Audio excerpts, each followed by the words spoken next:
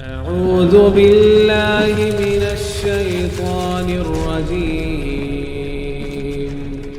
بسم الله الرحمن الرحيم. Assalamualaikum warahmatullahi wabarakatuh.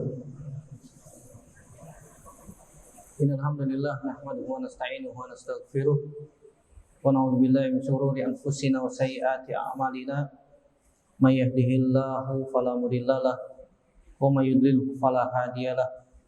Asyhadu an la ilaha illallah wahdahu la syarikalah wa asyhadu anna Muhammadan abduhu wa rasuluhu la nabiyya ba'dah. Ya ayyuhalladzina amanu taqullaha haqqa tuqatih wa la tamutunna illa wa antum muslimun.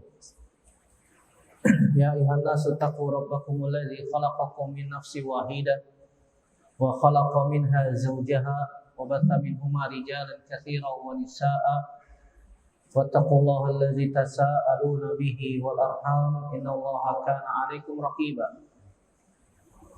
Amma ba'du fa inna asdaqal hadits kitabullah wa khairul hadi Muhammadin sallallahu alaihi wasallam wa syarrul umuri muhdatsatuha wa kullu muhdatsatin bid'ah wa kullu bid'atin dhalalah wa kullu dhalalatin finnar. Hai ikhwah, hajanallahu wa iyyakum ajmain. Alhamdulillah kita bersyukur pada Allah Subhanahu wa taala pada kesempatan kali ini dipertemukan kembali oleh Allah Subhanahu wa taala dalam masjid ini untuk membahas sebuah kitab yang ditulis oleh Al-Imam Muhammad bin Ismail bin Ibrahim bin Al-Mughirah Al-Bardisbah Al-Ju'fi Al-Bukhari, atau biasa yang kita kenal dengan sebutan Al-Imam Al-Bukhari. Wafat tahun 256 Hijriah. Dan beliau ketika itu berumur 62 tahun. Rahimahullahu ta'ala. Baik, kita masuk ke bab yang pertama. Qala al-Imam Al-Bukhari rahimahullahu ta'ala. Bismillahirrahmanirrahim. Babun qaulullahi ta'ala wa wassaynal insana biwalidayhi husna. Al-Imam Al-Bukhari rahimahullahu ta'ala, Al-Imam Muhammad bin Ismail bin Ibrahim Al-Bukhari mengatakan Bismillahirrahmanirrahim. Bab qaulullahi ta'ala. Jadi boleh dibaca babun qaulullahi. Boleh dibaca babu qaulillahi. Jadi idhofah. Boleh dibaca babun pakai tanwin. Kenapa? Karena dia khobar yang mubtadanya mahzuf, yang mubtadanya dibuang. Takdirnya hadza babun. Kalau antum pernah belajar bahasa Arab, tahu ya. Hadza kitabun, hadza qalamun, gitu ya. Nah, seperti ini. Hadza babun, hadzanya dibuang. Menjadi babun. Kemudian qaulu dibacanya dhammah. Boleh dibacanya qaulu qaulullahi ta'ala, atau boleh juga dibaca idhofah babu qaulillahi. Qauli dibacanya kasrah. Kenapa? Karena idhofah mudhof ilaih. Ini dua-duanya boleh. Bab firman Allah Subhanahu wa taala wa wassaynal insana biwalidayhi husna. Wa wassaynal insana biwalidayhi husna. Kalimat wassa awalnya Imam Bukhari memulai kitabnya dengan bismillah ya, tadi lupa dijelaskan. Bismillahirrahmanirrahim.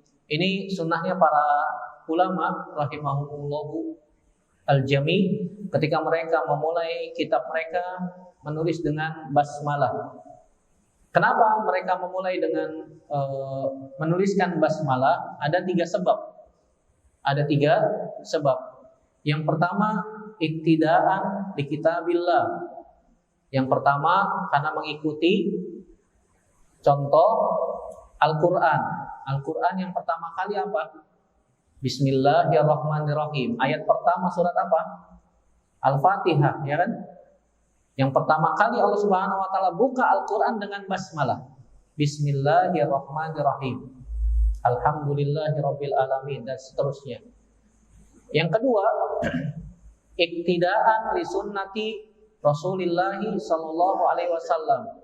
Mengikuti contoh Nabi sallallahu alaihi wasallam. Nabi sallallahu alaihi wasallam ketika menulis surat-surat kepada para raja memulai dengan basmalah. Bismillahirrahmanirrahim. Min Muhammadin ila Hiraqla azimir Rum aslim taslam dan seterusnya. Yang ketiga, iktidaan li a'immatil Islam, karena mengikuti contoh para a'immah, para imam-imam dalam Islam. Mereka setiap memulai tulisan mereka di dalam kitab-kitab mereka memulai dengan apa? Basmalah. Bismillahirrahmanirrahim. Ini seperti kesepakatan bersama mengikuti Al-Qur'an. Allah Subhanahu wa taala mengatakan innahu min Sulaiman innahu bismillahirrahmanirrahim. Sebagaimana Nabi Sulaiman menulis surat kepada raja yang umatnya ketika itu menyembah matahari, Ratu Balqis. Ketika Nabi Sulaiman mendapatkan informasi dari burung hudhud bahwasanya di sana terdapat raja yang umatnya menyembah matahari, kemudian dihiasi oleh syaitan. Kemudian Nabi Sulaiman alaihissalam menulis surat agar beriman kepada Allah Subhanahu wa taala. Innahu min Sulaiman, innahu bismillahirrahmanirrahim. Sesungguhnya dia dari Sulaiman, sesungguhnya dia dari bismillahirrahmanirrahim. Innahu min Sulaiman, innahu bismillahirrahmanirrahim. Bahwasanya beliau memulai dengan bismillahirrahmanirrahim. Begitu juga Nabi SAW mengatakan di dalam sebuah hadis yang diperbincangkan oleh para ulama tentang derajat hadisnya. Ada yang mengatakan hadisnya dhaif, tetapi maknanya benar. Benar.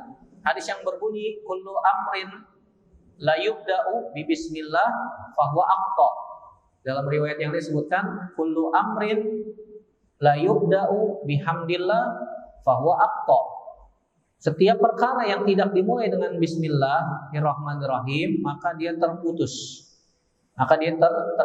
Terputus dari apa? Terputus dari keberkahan dari Allah Subhanahu wa taala. Artinya tidak berkah. Kenapa? Karena di dalam kalimat basmalah terdapat makna keberkahan. Bismillahirrahmanirrahim, di situ ada huruf jar yang diawali. Biasanya kalau kalimat dalam bahasa Arab biasanya dimulai dengan isim atau fiil, kan? Antum pernah belajar bahasa Arab enggak? Hah? Siapa yang pernah belajar bahasa Arab? Waduh, gak ada satupun. Anak terangin paham gak ini? Mudah-mudahan pahamnya. Dalam bahasa Arab jumlah itu ada dua, ada jumlah ismiyah, ada jumlah fi'liyah. Jumlah itu artinya kalimat yang diawali dengan isim. Misalnya Muhammadun, Thalibun, Jadidun. Muhammad isim, kata benda atau nama orang, itu namanya apa? Isim. Yang kedua disebutnya jumlah fi'liyah, yang diawali dengan fi'il. Fi'il itu artinya kata kerja. Contoh misalnya kataba Muhammadun ar-risalata. Kataba artinya apa? Menulis, aktivitas menulis. Diawali dengan sebuah kata yang mengandung makna aktivitas, pekerjaan, menulis. Nah, kalimat dalam bahasa Arab tidak lepas dari dua ini. Kalau nggak jumlah ismiyah atau jumlah fi'liyah. Tidak ada yang ketiga. Tidak ada jumlah kalimat dalam bahasa Arab diawali dengan huruf. Tidak ada. Nggak ada jumlah harfiah, nggak ada. Tetapi bismillahirrahmanirrahim diawali dengan huruf. Yaitu huruf B. Huruf B dalam bahasa Arab disebutnya huruf jar. Setelah huruf jar, huruf B biasanya isimnya dibacanya kasroh. Bismi, kan begitu ya? Nggak ada setelah B dibacanya fathah, nggak ada, kecuali isim yang tidak menerima kasroh. Nggak ada bisma, nggak ada bismu, nggak ada. Tapi bismi kasroh. Nah, di sini diawali dengan huruf. Kata para ulama, diawali dengan huruf, kemudian ada isim Allah Subhanahu wa taala, ini menunjukkan kita mencari keberkahan dari nama Allah Subhanahu wa taala.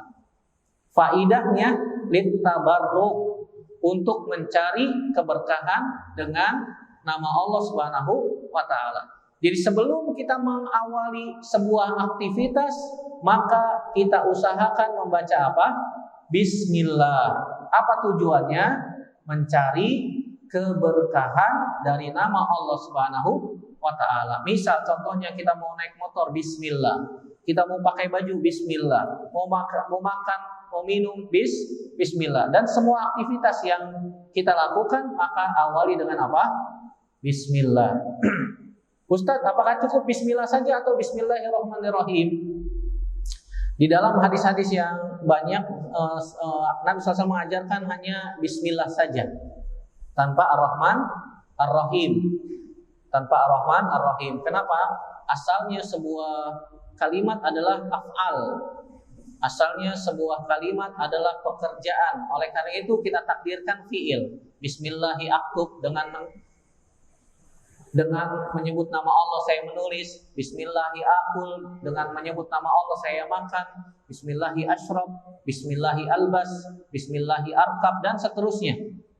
Takdirnya adalah sebuah fi'il, kata kerja. Sebagaimana juga hadis Abdullah ibnu Abi Salamah, Umar bin Abi Salamah. Umar bin Abi Salamah pernah makan tanpa menyebutkan bismillah, dan makan dengan tangan kiri dan mengambil apa saja yang di sekitarnya. Kemudian Nabi SAW mengajarkan cara makan, adab makan. Nabi katakan, ya gulam, samillaha, wakul biyaminika, wakul mimma yarika. Wahai anak kecil, ucapkanlah bismillah tanpa ar-Rahman ar-Rahim. Karena kalimat tasmiyah hanya bismillah saja. Berbeda dengan basmalah. Basmalah lengkap dengan ar-Rahman ar-Rahim. Jadi ini kenapa muallif itu al-Imam Muhammad bin Ismail bin Ibrahim al-Bukhari memulai dengan basmalah. Alasannya tadi ya. Kemudian beliau mengatakan bab wa wassaynal insana biwalidayhi husna. Wa wassayna, kalimat wassa maknanya dalam bahasa Arab bisa bermakna wassa, maknanya dalam bahasa Arab maknanya bisa al-amr, itu perintah.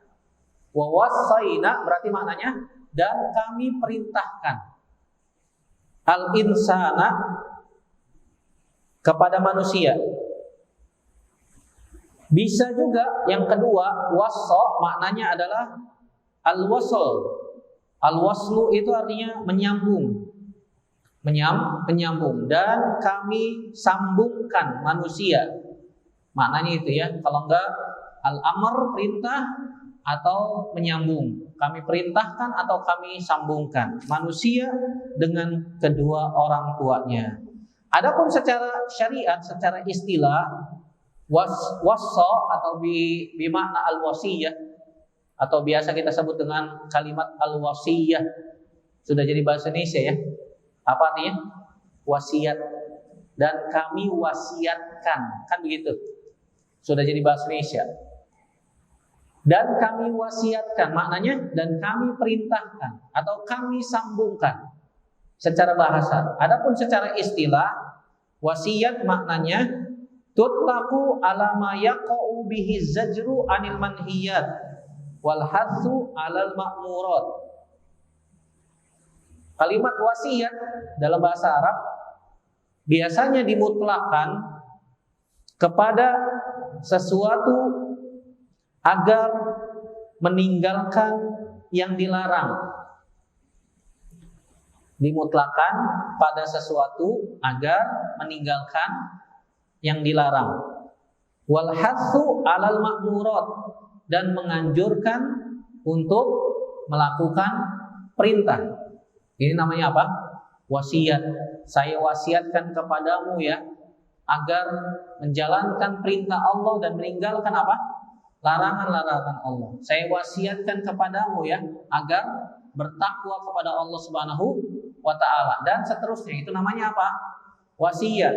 Jadi kalau ada orang berwasiat dengan sebuah wasiat memerintahkan sesuatu yang dilarang dalam Islam, maka wasiatnya boleh tidak dilakukan.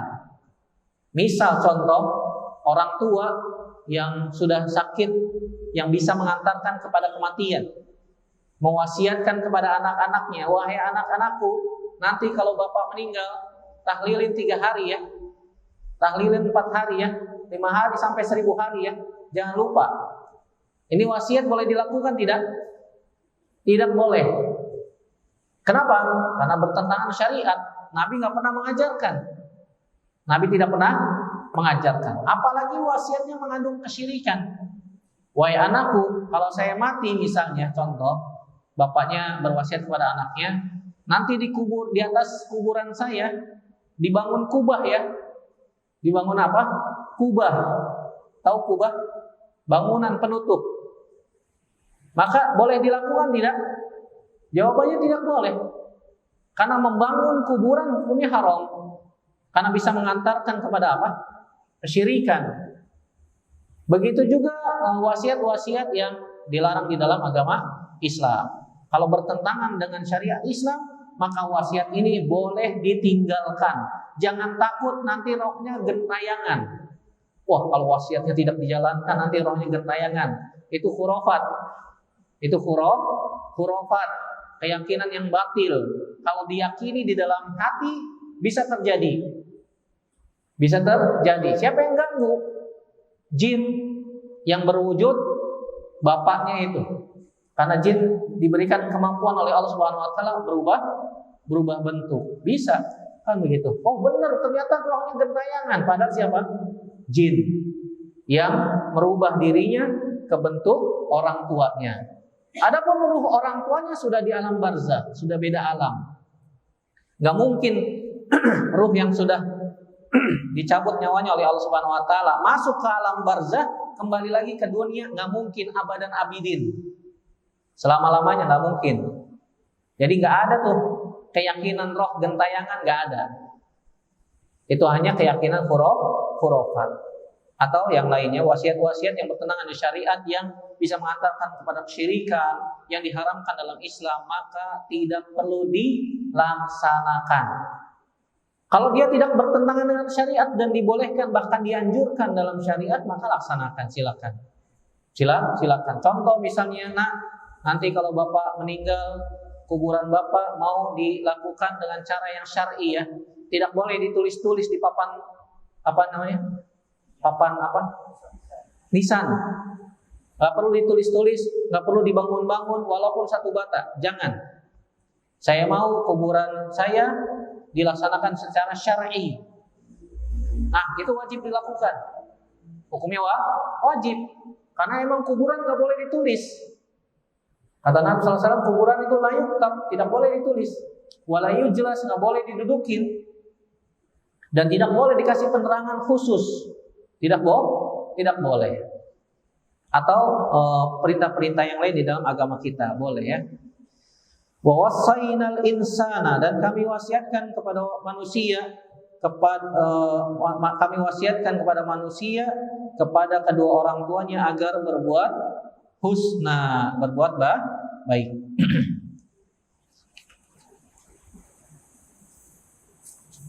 Kemudian Al-Imam Al-Bukhari membawakan 2 hadis dalam bab ini yang menjadi syahid penguat dalam bab ini. Yang pertama,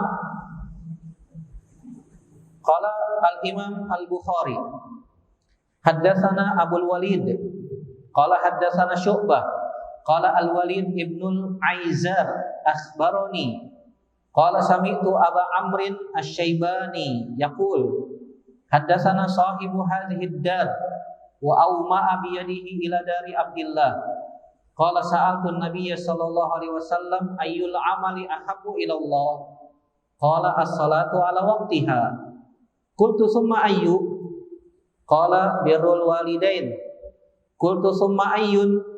Qala summa al-jihadu fi sabilillah.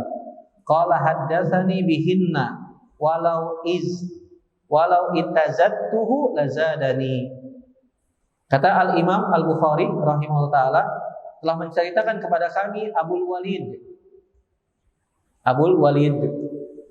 Jadi kalau kita kajian kitab, anak sarankan antum beli bukunya biar gak menerawang ke dunia alam goib.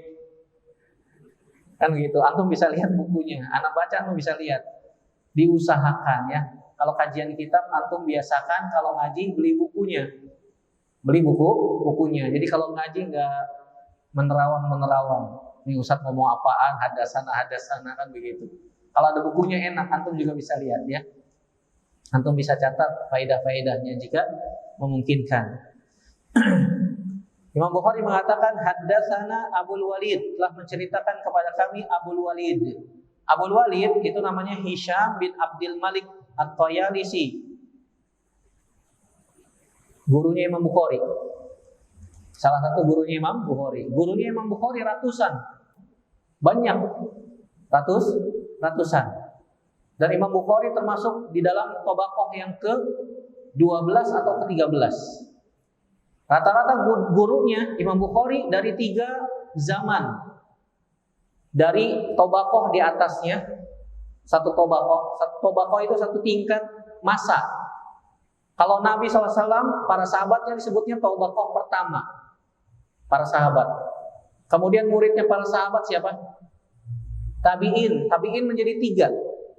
Ada tabi'in kibar, ada tabi'in wusta, ada tabi'in sogir. Tabaqah kedua, ketiga, keempat. Tabi'in dibagi lagi menjadi 3. Tabi'in kibar, tabi'in wusta, tabi'in sogir.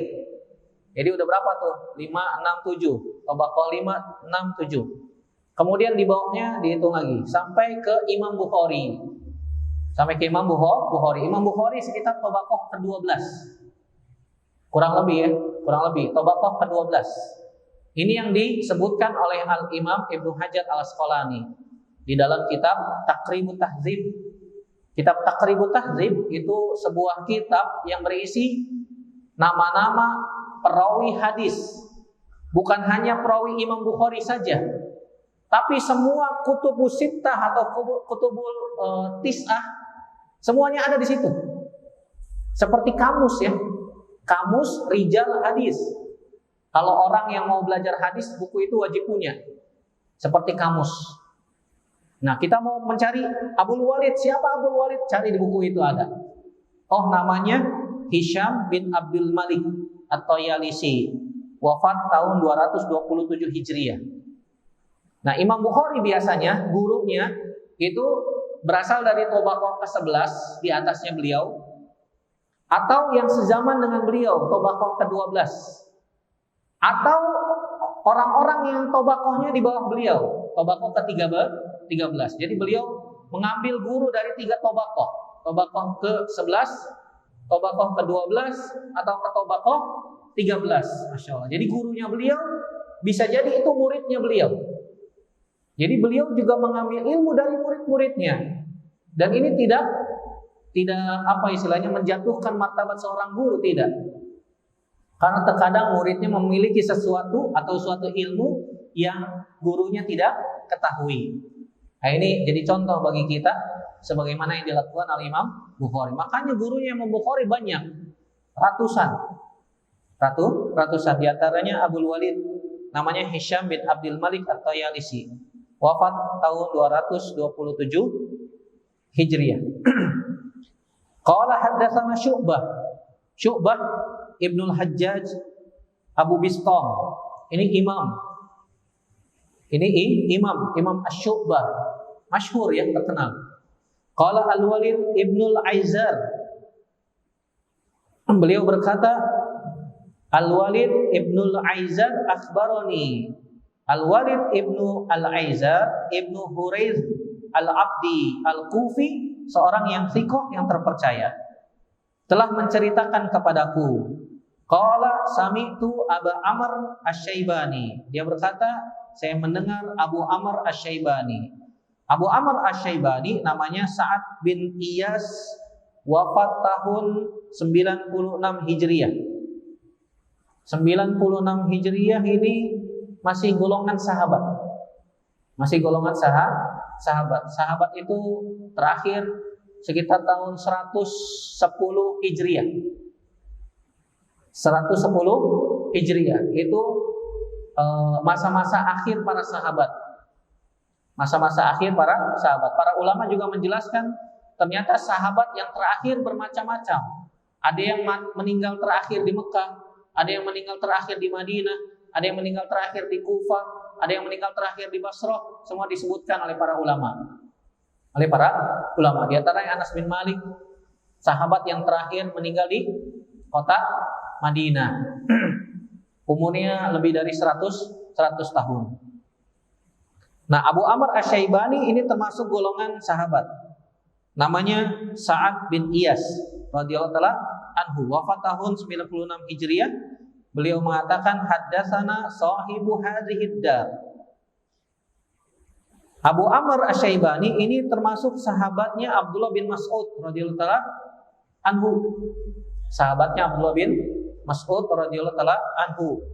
Dia mengatakan telah menceritakan kepadaku pemilik rumah ini, wa auma'a biyadihi ila dari Abdullah.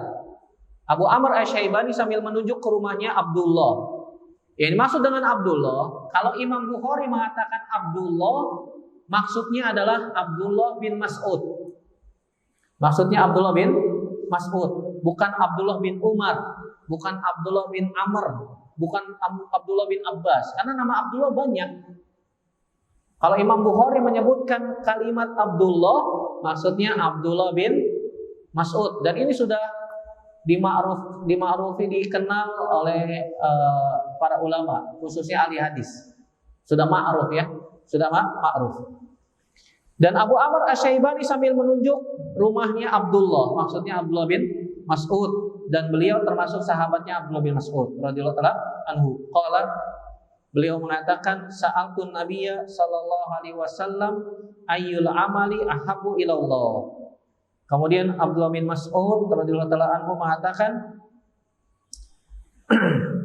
saya pernah bertanya kepada Nabi sallallahu alaihi wasallam, amalan apa yang paling dicintai oleh Allah Subhanahu wa taala? Kemudian Nabi sallallahu alaihi wasallam mengatakan as-shalatu ala waqtiha. Salat pada waktunya. Kemudian Abdullah bin Mas'ud mengatakan summa ayyun. Kemudian apa lagi? Kalimat ayyun ini dibacanya dengan tanwin. Biasanya ayyun itu dengan ayu karena dia idhofah. Kalimat ayu biasanya harus diidhofahkan.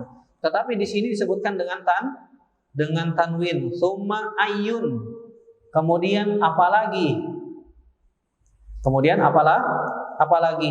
Kemudian Nabi sallallahu alaihi wasallam mengatakan birrul walidain, berbakti kepada kedua orang tua. Ini yang menjadi syahid dari pokok pembahasan kita. Qultu summa ayyun. Abdullah bin Mas'ud mengatakan lagi, kemudian apa lagi? Qala summal jihadu fi sabilillah. Kemudian ada jihad di jalan Allah Subhanahu wa taala. Qala haddatsani bihinna. Abdullah bin Mas'ud mengatakan telah menceritakan kepadaku hal-hal ini, yaitu dari Nabi sallallahu alaihi wasallam. Walau istazadtuhu lazadani. Kalau aku, kata Abdullah bin Mas'ud, minta tambah summa ayyun kan begitu. Lazadani, pasti Nabi tambah. Pasti Nabi tambah. Derajat hadis ini sahih. Sebagaimana dikeluarkan oleh Imam Bukhari dalam sahihnya, dan juga diriwayatkan Imam Muslim di dalam sahihnya juga, dan rijalnya semuanya thiqah. Semuanya thiqah, terpercaya. Di sini Nabi Shallallahu alaihi wasallam ketika ditanya oleh Abdullah bin Mas'ud, ayyul amali ahabbu ilallah, amalan apa yang paling dicintai oleh Allah Subhanahu wa taala? Nabi menyebutnya dengan yang pertama, salat pada waktunya. Yang dimaksud salat pada waktunya di sini adalah al-waqtul mustahab, waktu yang sunahkan waktu yang dianjurkan. Waktu-waktu yang dianjurkan pada waktunya, tepat pada waktunya. Sholat subuh kapan? Ketika golas, ketika masih gelap, ketika fajar shadiq sudah menyingsing, horizontal tipis seperti benang putih. Setelah itu disertai dengan cahaya. Tetapi keadaan masih gelap. Masih gelap. Di dalam riwayat Imam Bukhari yang lain disebutkan dan dibawakan oleh Al-Imam Abdul Ghani Al-Maqdisi dalam Umdatul Ahkam, sampai para sahabat tidak mengenal satu dengan yang lainnya karena masih gelap. Setelah sholat selesai, kata para sahabat, baru kami bisa mengetahui siapa teman kami di sebelah kami. Artinya ketika itu sudah mulai apa? Terang. Sudah mulai terang. Ketika sholat subuh sudah selesai. Sholat zuhur kapan? Ketika matahari di atas kepala tergelincir sedikit ke arah barat. Sholat asar kapan? Waktunya ketika bayangan benda sama seperti bendanya. Jadi bayangannya, panjangnya sama seperti benda aslinya.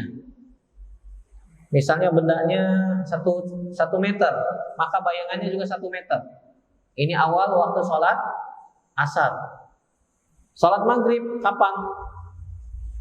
Ketika matahari tenggelam sampai warna kemerahan atau warna kekuningan dari cahaya matahari hilang.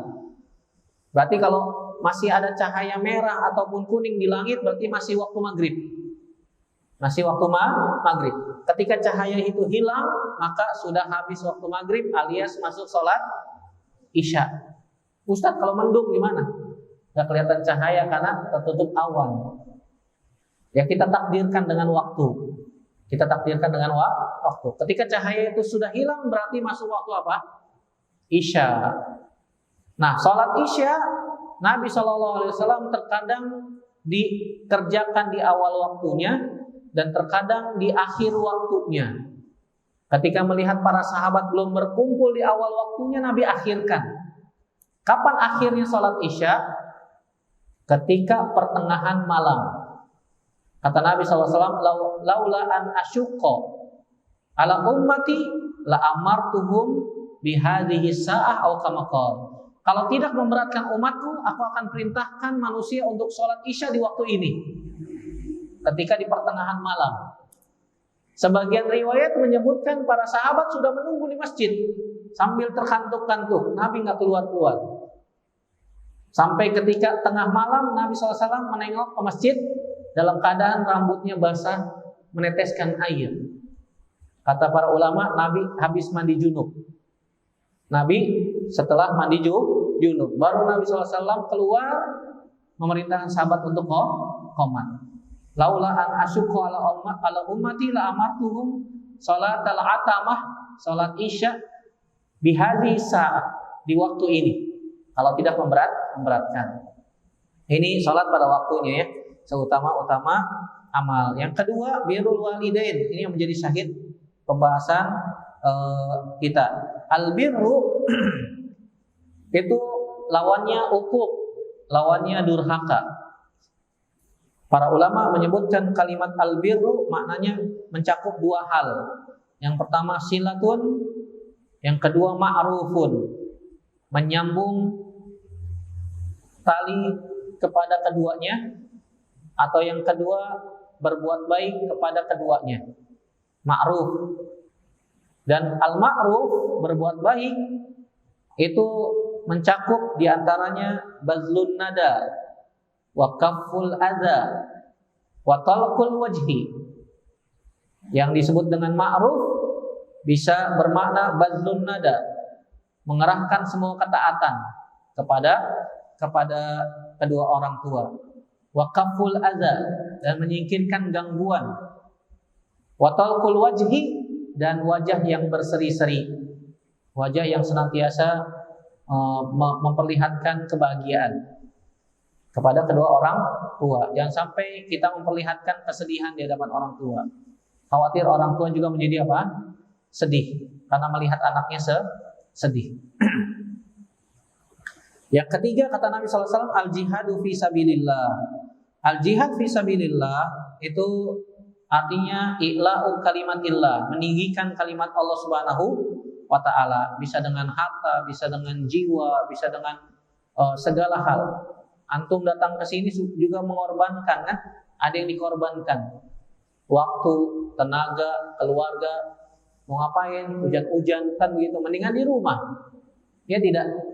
Iya, mendingan di rumah sambil ngopi, sambil bercengkrama dengan keluarga, masya Allah. Makan pisang goreng, luar biasa. Tapi antum bela-belain datang hujan-hujan, kan pakai jas hujan Ustaz, saya bisa. Alhamdulillah, Allah berikan taufik kepada antum untuk bisa hadir. Ini taufik yang Allah berikan tidak ke semua orang. Ini termasuk kategori jihad. Kalau niatnya benar, benar. Tinggal kita luruskan niat kita. Kesini mau ngapain? Mau belajar. Kalau mau belajar, maka ikatlah dengan tulisan supaya ilmunya tidak hilang. Antum keluar dari masjid ini, insya Allah ditanya, coba albirru maknanya apa? Aduh, lupa. Gitu. Tadi hadisnya berbicara tentang apa? Dari sahabat siapa saja? Nanti dulu lihat di catatan. Iya, kalau nyatet. Kalau nggak nyatet, udah tanya ustadznya aja. Habis kan gitu, hilang, kabur udah kendaraannya, kabur ilmunya. Kalau tidak dicatat.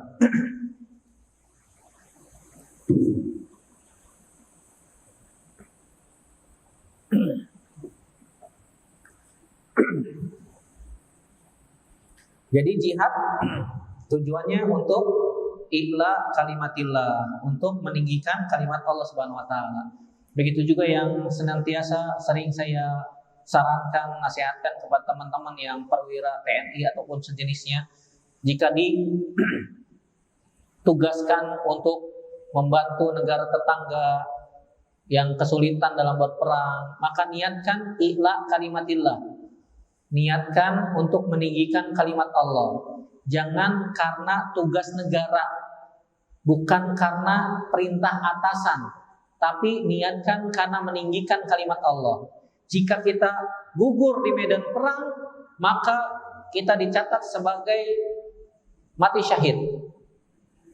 Dicatat sebagai mati syahid. Kalau dia niatnya hanya untuk membela negara atau perintah atasan, kalau ditakdirkan tewas di medan perang, matinya mati bangkai. Sayang tidak? Sayang. Apa yang membedakan? Niat. Yang membedakan adalah niat. Wallahu ta'ala a'lam bishawab. Baik, kita ambil faidah dari hadis ini. Yang pertama, al-hadzu 'alal muhafazati 'alas shalawati fi awwali waqtiha. Anjuran untuk senantiasa menjaga sholat 5 waktu di awal waktunya. Kalau kaum laki-laki mudah, karena mereka diwajibkan sholat berjamaah. Yang jadi permasalahan kalau wanita, banyak alasan. Panggil istrinya, yang udah sholat belum? Belum. Kita udah pulang dari masjid, dia belum sholat. Ngapain aja? Oh, ini tadi anaknya pipis di celana gitu. Oh, tadi ini lagi masak inilah, khawatir gosong. Alasannya banyak. Iya tidak? Iya. Potensi untuk melalaikan sholat pada waktunya yang terbesar pada wanita. Kalau lelaki jarang, potensinya kecil, kecuali yang emang nggak sholat di masjid.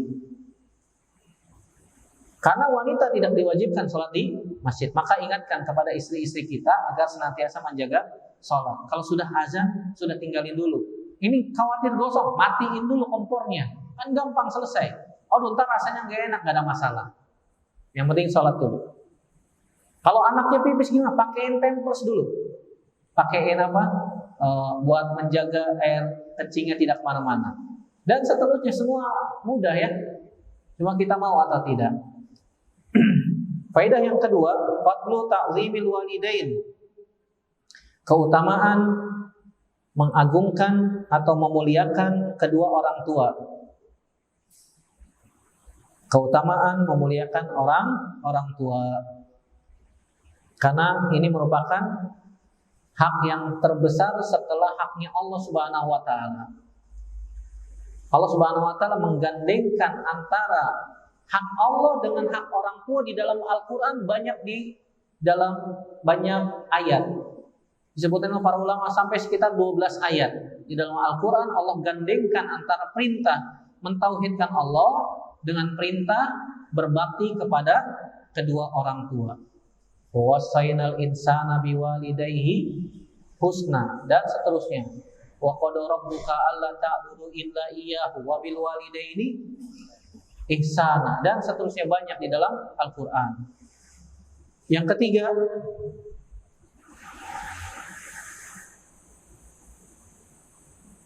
husnul murajaati fis su'al. Bagusnya murajaah, mengulang dalam pertanyaan. Sebagaimana Abdullah bin Mas'ud mengulang dengan pertanyaan summa ayyun. Apalagi wahai Rasulullah?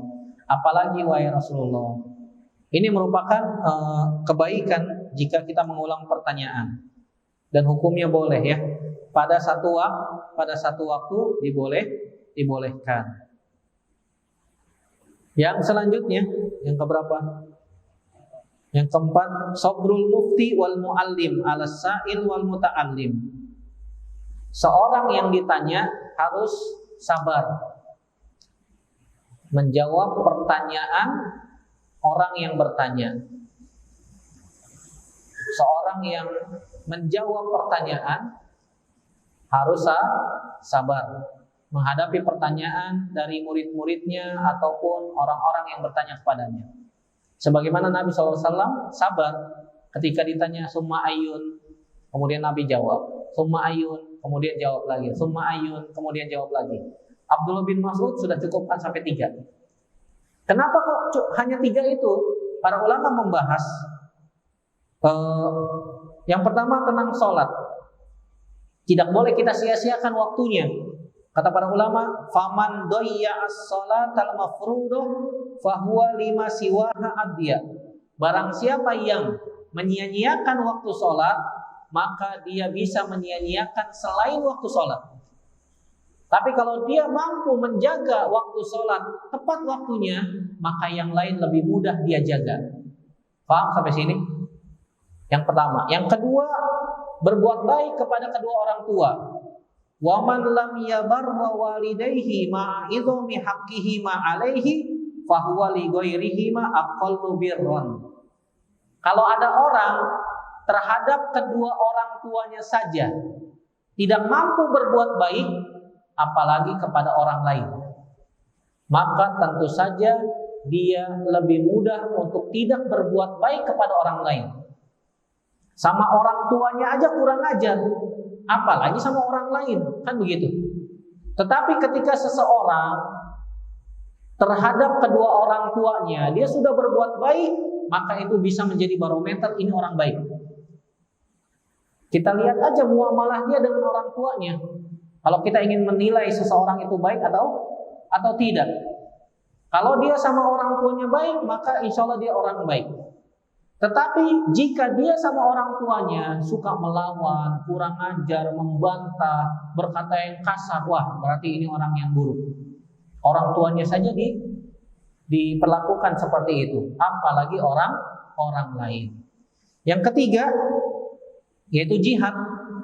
Wa man qa'ada an jihadil kafirin ma syiddati adawatihim lid-din fa huwa ashaddu qu'udan anil jihadi li ghairihim.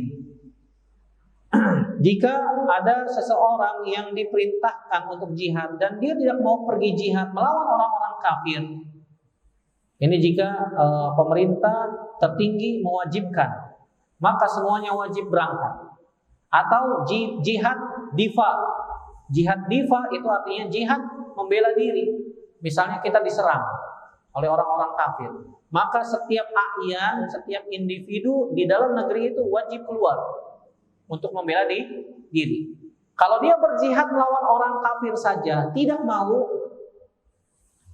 maka berjihad untuk selainnya, maka dia tentunya lebih tidak mampu. Contohnya apa? Berangkat ke majelis taklim kan nggak membutuhkan pertumpahan darah kan. Wah Ustadz, kita lewat jalur kontainer Ustadz.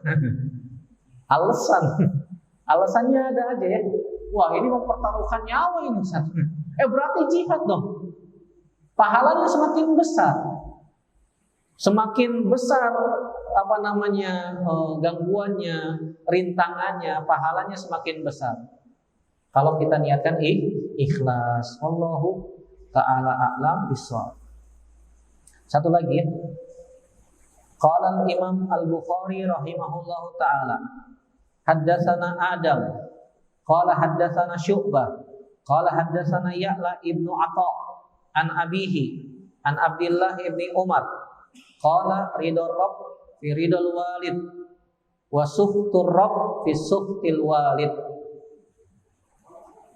Kata Imam Bukhari, haddatsana Adam, telah menceritakan kepada kami Adam. Nah, ini gurunya Imam Bukhari, namanya Adam bin Abi Iyas Abul Hasan Al-Asqalani, thiqatun ma'mun, wafat tahun 220 Hijriah.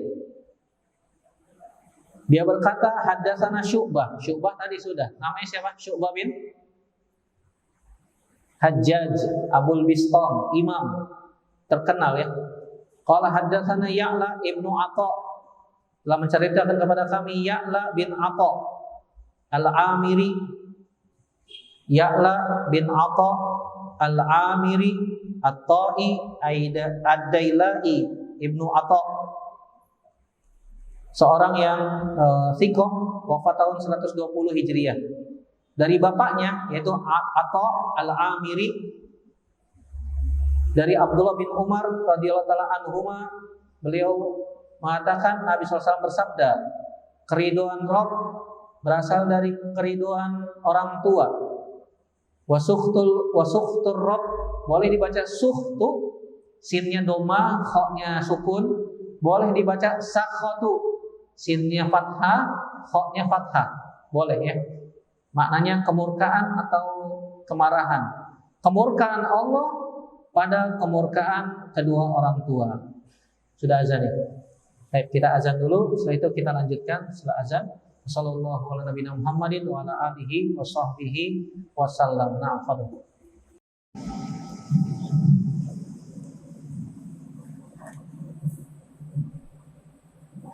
Alhamdulillah, wassalamu ala rasulillah wa ala alihi wa sahbihi wa man wala. Asyhadu an la ilaha illallah wa la syarika lahu wa asyhadu anna Muhammadan abduhu wa rasuluhu la nabiyya ba'dahu. Ya, sudah kita baca hadisnya. Kemudian disebutkan oleh para ulama tentang derajat hadis ini. Para ulama mengatakan hadis ini hasan bi majmu'i turuqihi. Berarti asalnya apa? Dhaif. Asalnya hadis ini dhaif. Kenapa dhaif?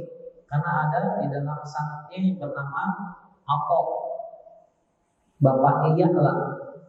Tadi ada haddatsana Ya'la bin Atha an abihi. Nah, Ya'la bin Atha ini thiqah, wafat tahun 120 Hijriah. Beliau thiqah, tapi bapaknya diperbincangkan oleh para ulama. Sebagian ulama mengatakan la yu'raf, dia tidak dikenal. Dia tidak dikenal. Kalimat la yu'raf, tidak dikenal, ini indikasi hadis dhaif, majhul.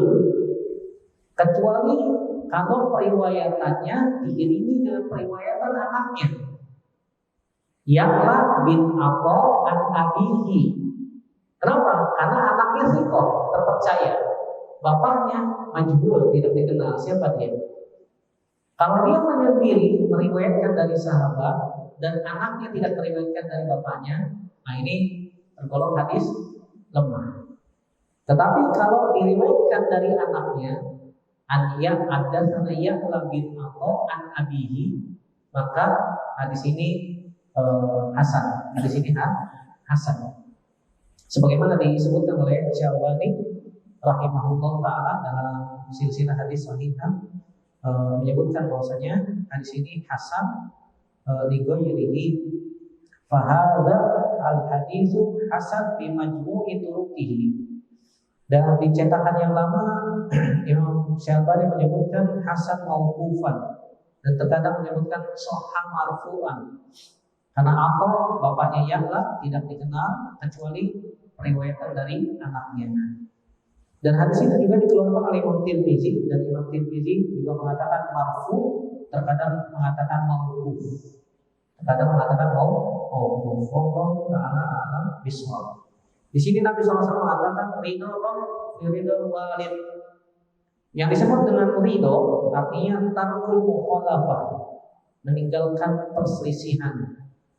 Atau wafaq bi amri man yadhu anhu bi ra'yihi, sesuai dengan hal yang diridhoi olehnya dengan pendapatnya.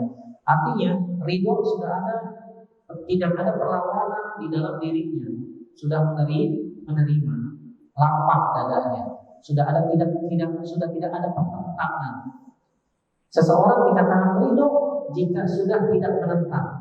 Apakah Anda sudah ridho? Saya ridho. Berbeda dengan sabar.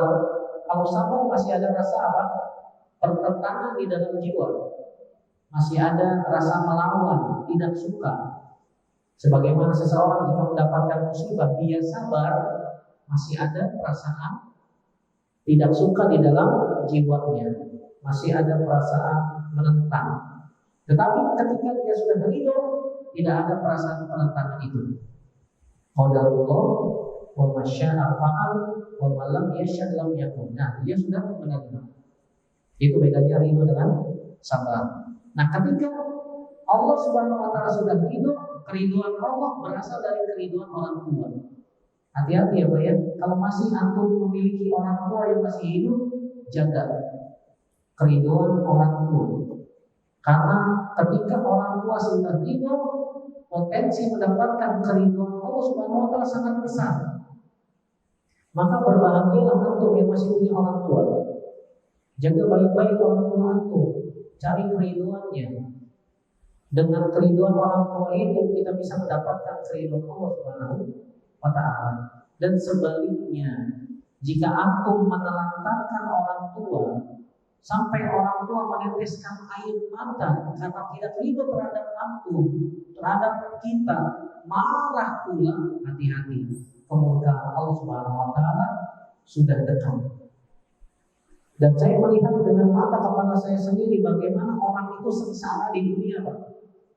Akibat menelantarkan orang tuanya, subhanallah, mendahulukan istri daripada orang tua. Ini bahaya, hati-hati. Ini anak laki-laki nih. Jangan sampai menelantarkan orang tua gara-gara mendahulukan istri. Hati-hati. Allah bayar kontak di dunia. Melarang antum. Nauzubillah. Nas'alullah salamatan wal afiyah. Karena seorang anak laki-laki masih punya tanggung jawab berbakti kepada kedua orang tua. Seorang istri tidak ada kewajiban berbakti kedua orang tuanya, tidak ada. Karena dia sudah milik suami, maka si istri wajib berbakti kepada siapa? Suaminya, dan harus membantu suami berbakti kepada kedua orang tuanya. Jangan malah menghalangi suaminya untuk berbakti kepada kedua orang tuanya. Ini bahaya. Ini bahaya. Ini hati-hati ya, hati-hati. Orang yang durhaka sama orang tua dibayar kontan oleh Allah Subhanahu wa taala di dunia. Bisa melarang laksa, kan begitu. Makanya jaga. Banyak orang yang subhanallah berbakti kepada orang tuanya, maka Allah Subhanahu wa taala jadikan kehidupan di dunianya baik. Tidak ada kesengsaraan, yang ada hanya kebahagiaan, insyaallah taala. Tapi faedah yang bisa kita ambil dari hadis ini, wujubu irda'il walad lil walid wa tahrim isqatihi. Wajib mendapatkan keridhaan orang tua, hukumnya wajib. Dan sebaliknya, membuat orang tua marah hukumnya haram. Jangan sampai kita memperlakukan orang tua seperti orang lain. Itu orang tua kita sendiri. Jangan sampai kita mendahulukan anak daripada orang tua, mendahulukan istri daripada orang tua. Hati-hati karena perkara urusan dunia. Yang kedua pelajaran bisa kita ambil, azimi haqqil walidain 'alal abna. Besarnya hak kedua orang tua atas anak. Besarnya hak orang tua atas anak. Kenapa? Keberadaan kita ini anak ini hasil usaha jerih payah orang tua. Kata Nabi SAW bahwasanya anak min kasbikum, al-ibn atau al-walad min kasbil walidain. Bahwasanya anak hasil usaha orang tua. Dan jangan sampai kita menyia-nyiakan orang tua. Allahu ta'ala a'lam bishawab. Sampai sini ya, selesai pembahasan bab 1. Insyaallah kita akan lanjutkan pada pertemuan yang akan datang. Bab 2 birrul insyaallah ta'ala. Sallallahu alaihi Muhammadin wa ala alihi wa sahbihi wasallam. Ada soal?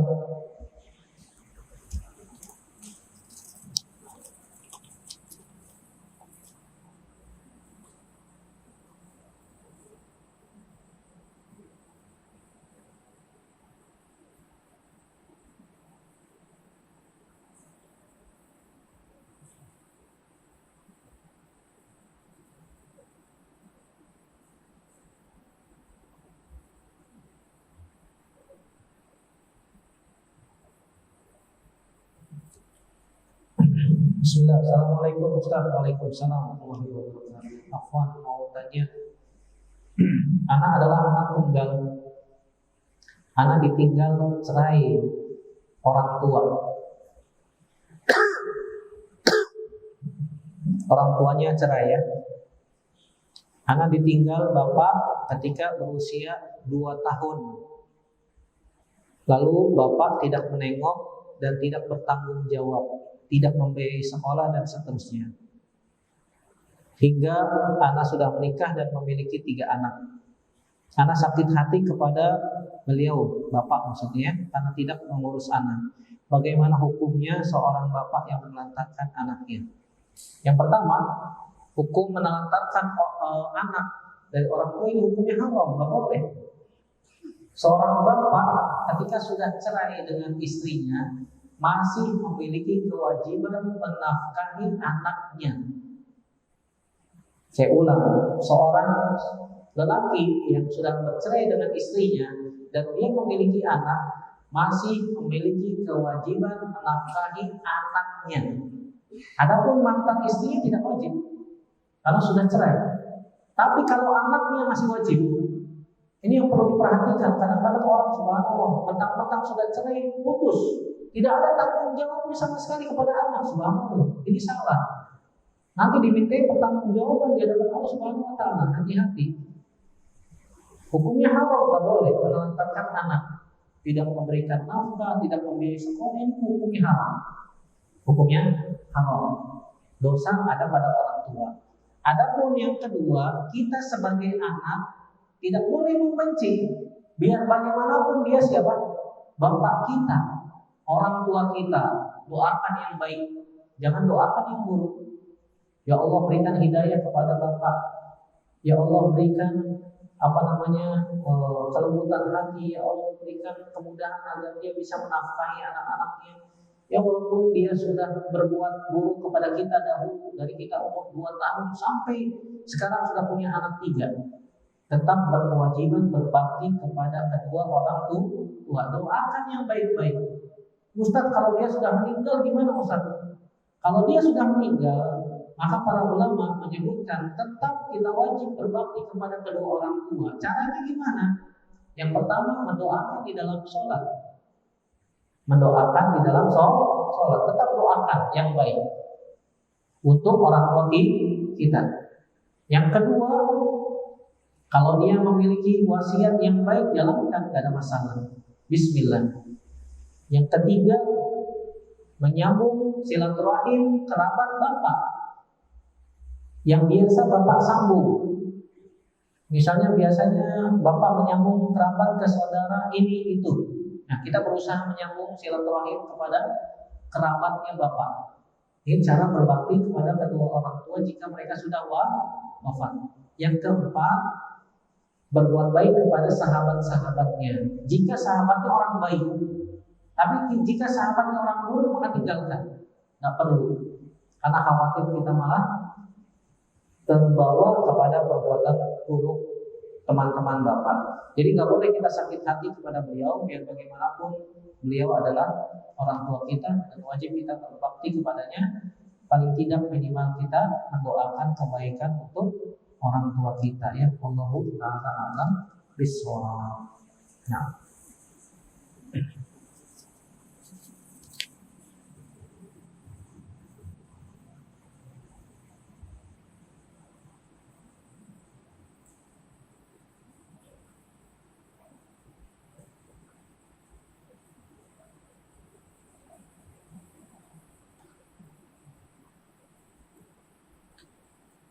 apa balasan seorang suami mengurusi mertua yang sudah sangat sepuh? Dan bagaimana hukumnya seorang istri yang diperintahkan oleh suaminya untuk berbakti pada orang tuanya, tapi dia tidak mau, dia malah melimpahkan pada suaminya? Yang pertama, hukum mengurusi mertua yang sudah sangat sepuh ini tidak wajib, hukumnya sunnah. Tapi kalau kita mengurusi orang tua istri, maka tentunya pahalanya besar. Ini seperti sedekah sunnah ya, seperti sedekah sunnah. Hukumnya tidak wajib, tetapi ada pahala yang besar di sana. Kalau kita mau ambil pahala itu, maka itu lebih baik. Bagaimana hukumnya seorang istri yang diperintahkan oleh suaminya untuk berbakti kepada orang tuanya, tapi dia tidak mau? Ini durhaka sama suami, nggak boleh. Ini namanya kufur nikmat. Tidak boleh seorang istri melawan perintah suami dalam hal yang ma'ruf semampu dia. Jika dia mampu melaksanakannya, wajib dijalankan, dilaksanakan.